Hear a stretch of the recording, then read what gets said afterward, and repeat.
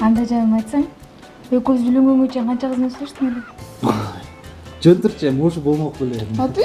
Эмне болмок эле эми? Экөөбүз үйлөндүк го, эч нерсе болбойт да.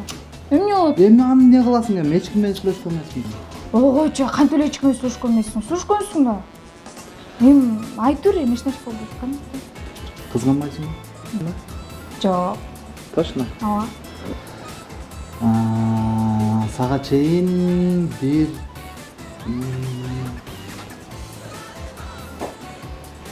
7 кыз менен сүйлөштүм. 7? А мен эмне ушунда 7-чисиминби? Жок, алтын, эмнеге сен 7-чи? Сен 4-чү. Эмне?